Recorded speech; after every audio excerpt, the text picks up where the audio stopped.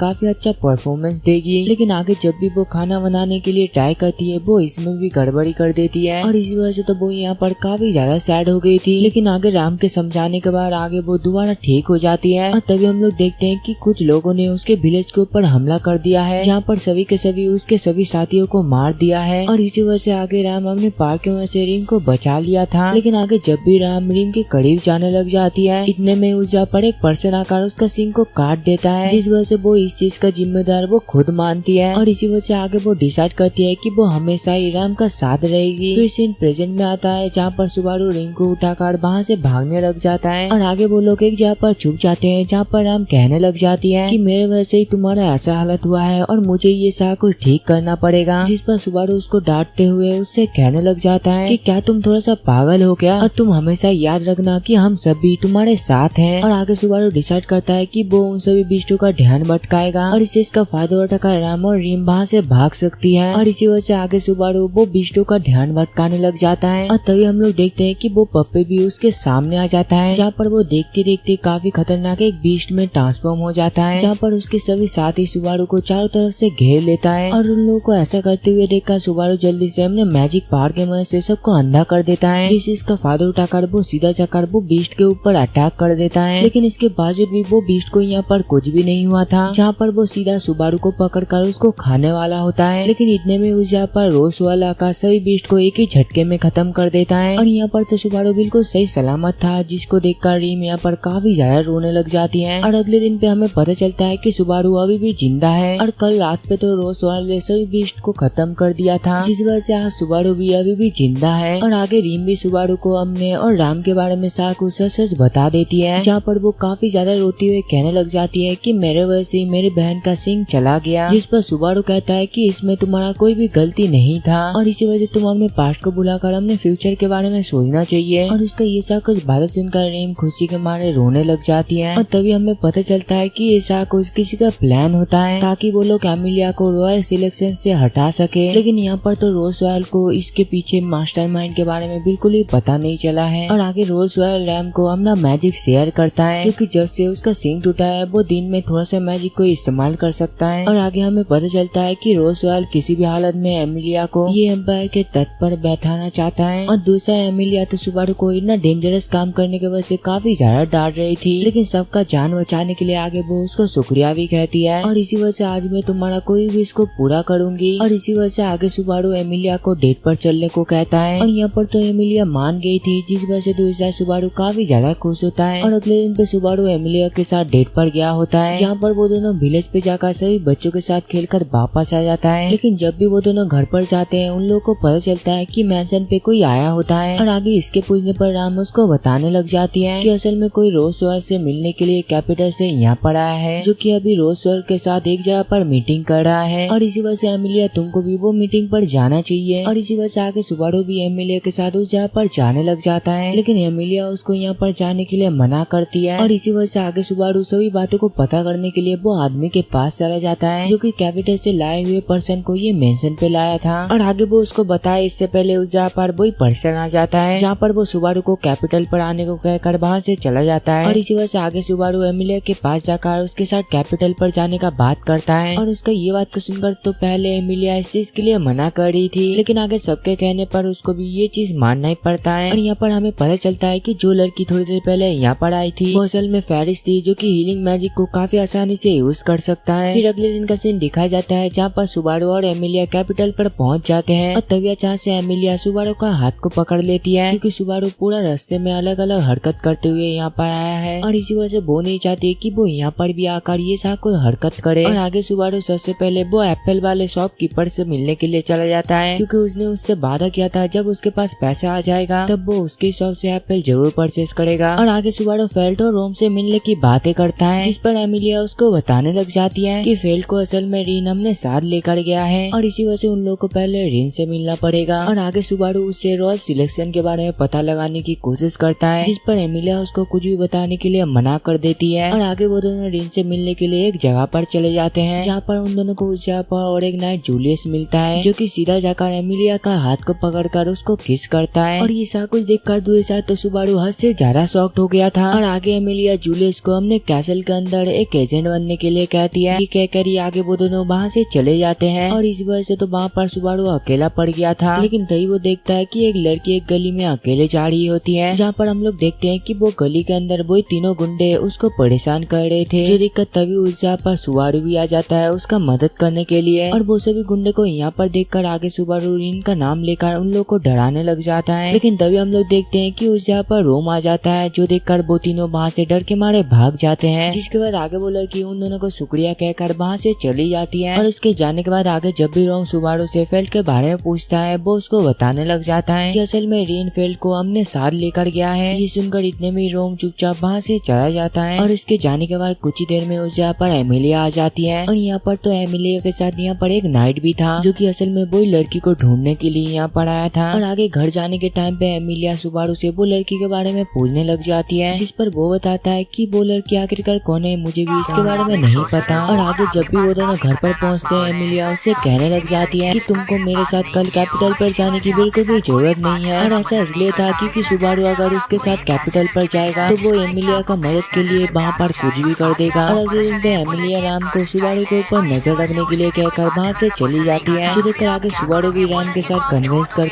वहाँ से जल्दी से कैपिटल के लिए निकल पड़ता है। और यहाँ पर तो उसको अंदर जाने का कोई भी रास्ता नहीं मिल रहा था, लेकिन तभी अचानक से उसको वही लड़की मिल जाती है जिसको कि वो कल उसका मदद किया था। जहाँ पर हमें पता चलता है कि वो लड़की का नाम असल में पेस्टिला है और वो भी यहाँ पर एमिलिया की तरह रॉयल सिलेक्शन में खड़ी हुई होती है। और वो सुबारू को उस जगह पर इसलिए लेकर जा रहा है ताकि उसको कुछ इंटरेस्टिंग मिल सके। और आगे जब भी वो लोग कैसल के अंदर जाता है वहाँ पर तो एमिलिया सुबारू को देखकर काफी ज्यादा हैरान थी। और तभी अचानक से देखते देखते उस जगह पर हाई काउंसिल आ जाती है, जो कि किंग के ना होने पे ये किंगडम को चला रहे होते हैं। और आगे रोसुआ सुबारू को वहाँ पर ही रहने के लिए कहता है। ये कहकर आगे वो एमिलिया को सेंटर पर जाने के लिए कहता है, जहाँ पर हम लोग देखते हैं कि उस जगह पर और भी काफी सारे रॉयल सिलेक्शन के कैंडिडेट खड़े हुए थे। और तभी उस जगह पर सुबारू को रिंग भी मिल जाता है, जहाँ पर सुबारू को पता चलता है कि फेरिस असल में एक मेल है। ये सुनकर तो वहाँ पर सुबारू हद से ज्यादा शॉक्ड हो गया था। और तभी हमें एक भविष्यवाणी के बारे में पता चलता है, जिसके अकॉर्डिंग 5 सिलेक्शन कैंडिडेट में से एक को क्वीन बनाया जाएगा और जो क्वीन बनेगा वो ड्रैगन के साथ एक कॉन्ट्रैक्ट बनाएगा। लेकिन उस जगह पर तो बस 4 ही कैंडिडेट है। इसी वजह से आगे रीन उसको बताने लग जाता है कि भविष्यवाणी बदल गई है और अब 4 की जगह 5 कैंडिडेट है। और आगे रीन सबको बताने लग जाता है कि सिलेक्शन की 5th कैंडिडेट को ढूंढ लिया गया है। और यहाँ पर हमें पता चलता है कि वो कैंडिडेट और कोई नहीं है बल्कि फेल्ट होती है। और वो यहाँ पर आकर ही वो सीधा जाकर रीन को एक कस के लात मारने की कोशिश करती है, क्योंकि रीन यहाँ पर उसको बिना बताए इस जगह पर लेकर आया था। और इसी के साथ साथ उसको यहाँ पर कुछ भी समझ नहीं आ रहा था। और इसी वजह से आगे रीन सबको प्रूव कर दिखाता है कि यही असल में 5th कैंडिडेट है, क्योंकि उस दिन जब भी उसने एमिलिया का वो बैच को पकड़ा था उस टाइम पे वो चमक रहा था। तो इसका मतलब यही है कि यही असल में 5th कैंडिडेट है। और उसका ये बात को सुनकर आगे सब भी ये चीज को मान लेते हैं, लेकिन यहाँ पर कोई लोगों को ये चीज बिल्कुल भी पसंद नहीं आता है, क्योंकि असल में फेल्ट क्वीन बनने का बिल्कुल भी लायक नहीं थी। और आगे सभी रॉयल सिलेक्शन कैंडिडेट को अपनी उम्मीदवारी को घोषित करने के लिए कहा जाता है। और ये बात को सुनकर आगे सभी अपनी उम्मीदवारी भी घोषित कर लेते हैं, लेकिन यहाँ पर तो फेल्ट ये चीज के लिए साफ साफ मना कर दिया था, जिस वजह से हाई काउंसिल का एक मेंबर फेल्ट के साथ साथ एमिलिया का भी काफी ज्यादा बेइज्जती करने लग जाता है। और ये सुनकर तो दूसरा सुबारू को तो काफी ज्यादा गुस्सा आ गया था। और इसी वजह से आगे वो सभी को एमिलिया से माफी मांगने को कहता है, जो देखकर आगे एमिलिया सुबारू को चुप करवाते हुए कहने लग जाती है कि सभी प्लीज विश्वास करो, मैं कुछ नहीं हूँ। और आगे जब भी हाई काउंसिल सुबारू के बारे में पूछने लगते हैं, सुबारू बताने लग जाता है कि मैं असल में एमिलिया का एक नाइट हूँ। और उसका ये बात को सुनकर तो यहाँ पर जूलियस काफी ज्यादा गुस्से में आ गया था कि क्या तुम बताओगे कि आखिरकार तुम किसके कहने पर अपने आप को नाइट कह रहे हो, और तुमको पता भी है कि एक नाइट बनने के लिए कितना ही ज्यादा मेहनत करना पड़ता है। और इसी वजह से क्या तुम्हारे पास वो ताकत है जो कि एक नाइट बनने के लिए चाहिए होता है, जिस पर सुबारू उसको साफ साफ मना कर देता है। लेकिन इसके बावजूद भी वो वादा करता है कि वो एमिलिया को इस जगह का क्वीन बना कर ही रहेगा। लेकिन तभी जूलियस सुबारू को नाइट मारने के लिए साफ साफ मना कर देता है, क्योंकि यहाँ पर सुबारू के चेहरे पर बिल्कुल भी कॉन्फिडेंस नहीं था। और इसी के साथ साथ वो इस चीज के लिए बिल्कुल भी लायक नहीं है। और इसी वजह से आगे सुबारू टेंशन में आकर काफी अजीब अजीब बातें करने लग जाता है। और उसका ये सारा कुछ बातें सुनकर तो दूसरा एमिलिया काफी ज्यादा गुस्से में आ गई थी, जिस वजह से आगे एमिलिया सुबारू का हाथ को पकड़कर उसको यहाँ से निकाल देती है। लेकिन तभी हम लोग देखते हैं उस रूम पे अचानक से धुआं हो जाता है। और इस चीज का फायदा उठाकर रोम फेल्ट को लेकर वहाँ से भागने लग जाता है। और उसका ऐसा करता हुआ देखकर तभी बाकी सभी नाइट मिलकर उसको रोक देते हैं, जहाँ पर फेल्ट रोम को ना मारने का हुक्म देती है। लेकिन यहाँ पर तो फेल्ट उम्मीदवारी घोषित नहीं किया था, जिस वजह से सभी उसका बात को मानने के लिए साफ साफ मना कर देते हैं, जिस वजह से आगे फेल्ट को ना चाहते हुए भी अपना उम्मीदवारी घोषित करना ही पड़ता है, जिस वजह से तो यहाँ पर रोम का जान बच गया था। लेकिन तभी हम लोग देखते हैं कि फेल्ट पूरी कंट्री को तबाह करने का ऐलान कर देती है। और इसका ये बात को सुनकर तो यहाँ पर सभी के सभी काफी ज्यादा शॉक्ड हो गए थे। और आगे हम लोग देखते हैं 5 कैंडिडेट के आने की वजह से रॉयल सिलेक्शन को स्टार्ट कर दिया जाता है। और दूसरा जूलियस सुबारू को लड़ाई के मैदान पर लेकर जाता है, क्योंकि उसने एक नाइट को सबके सामने इंसल्ट किया था। और इसी वजह से आगे जूलियस डिसाइड करता है कि वो सुबारू को सबक सिखा कर ही रहेगा। और आगे हम लोग देखते हैं कि वो दोनों एक नॉर्मल शॉट से लड़ना स्टार्ट कर देते हैं। लेकिन यहाँ पर तो सुबारू को पास लड़ने का बिल्कुल भी एक्सपीरियंस नहीं था, जिस वजह से जूलियस उसको काफी बुरी तरीके से मारने लग जाता है। और ये बात को सुनकर आगे एमिलिया भी सुबारू को बचाने के लिए उसके पास चला जाता है। लेकिन यहाँ पर तो सुबारू इतना मार खाने के बावजूद भी हार मानने के लिए बिल्कुल भी तैयार नहीं था। और आगे सुबारू अपना मैजिक का इस्तेमाल करता है, लेकिन इसके बावजूद भी कोई फायदा नहीं था, जहाँ पर जूलियस उसको काफी इजीली हरा देता है, जहाँ पर वो उसको ये भी एहसास दिलाता है कि वो एमिलिया के साथ उतरने का बिल्कुल भी लायक नहीं है। फिर शाम का सीन दिखाया जाता है, जहाँ पर हम लोग देखते हैं कि एमिलिया ने सुबारू को हील कर दिया था, जहाँ पर वो जूलियस के साथ उसके लड़ने का रीजन पूछती है, जिस पर वो बताता है कि कि मैं असल में ये सब कुछ जूलियस के साथ बदला लेने के लिए किया था, क्योंकि आज जूलियस ने सबके सामने सुबारू से ये कहा था कि तुम एमिलिया का नाइट बनने का बिल्कुल भी लायक नहीं हो, और इसी वजह से उसको ऐसा लग रहा था कि वो और एमिलिया दूर हो जाएंगे, जिस वजह से उसको ये करना ही पड़ा। और इसका ये सब कुछ बातें सुनने के बाद आगे एमिलिया उससे कहने लग जाती है कि कल मैं दोबारा रोजवेल के साथ कैसल पर जा रही हूँ और तुम अभी ठीक नहीं हो, इसी वजह से तुमको यहाँ पर ही रहना पड़ेगा। और ये इसलिए भी है क्योंकि जब तुम मेरे साथ रहते हो तुम अपने आप को काफी ज्यादा चोट पहुँचाते हो। जिस पर सुबारू उसको समझाने लग जाता है कि वो ये सब कुछ वो उसके लिए किया है, जिस पर एमिलिया उसको एहसास दिलाती है कि ये सब कुछ तुम मेरे वजह से नहीं बल्कि तुम अपने वजह से कर रहे हो, क्योंकि मैंने ये सब कुछ तो तुमको करने के लिए बिल्कुल भी नहीं किया था। और ऊपर से तो तुम मुझसे वादा भी किए थे कि तुम कभी भी अपना मैजिक का इस्तेमाल नहीं करोगे, लेकिन तुमने ये वादा को भी तोड़ दिया। इसी वजह से मैं तुमको बिल्कुल भी विश्वास नहीं करती हूँ। और क्या तुम बताओगे कि आखिरकार तुम मेरे लिए इतना कुछ क्यों करना चाहते हो? जिस पर सुबारू बताने लग जाता है कि ऐसा इसलिए है क्योंकि तुमने उस दिन मेरा जान बचाया था और इसी वजह से मैं तुम्हारे लिए ये सब कुछ कर रहा हूँ। लेकिन यहाँ पर तो एमिलिया को ये सब कुछ बिल्कुल भी याद नहीं था, क्योंकि वो पास्ट पे असल में सुबारू नहीं जिया था। और आगे जब भी सुबारू को सब कुछ सच बताने की कोशिश करता है तो अचानक से दोबारा वो उसको रोक देता है। और ये देखकर तो दूसरा एमिलिया काफी ज्यादा उदास हो गई थी, क्योंकि सुबारू उसको ये सच बताना नहीं चाहता है। इसी वजह से आगे एमिलिया काफी ज्यादा सैड होकर चुपचाप वहाँ से चली जाती है। फिर अगले दिन का सीन दिखाया जाता है जहाँ पर सुबारू विलहेल के साथ लड़ने की प्रैक्टिस कर रहा था, लेकिन ट्रेनिंग करने के टाइम पे भी वो काफी देर से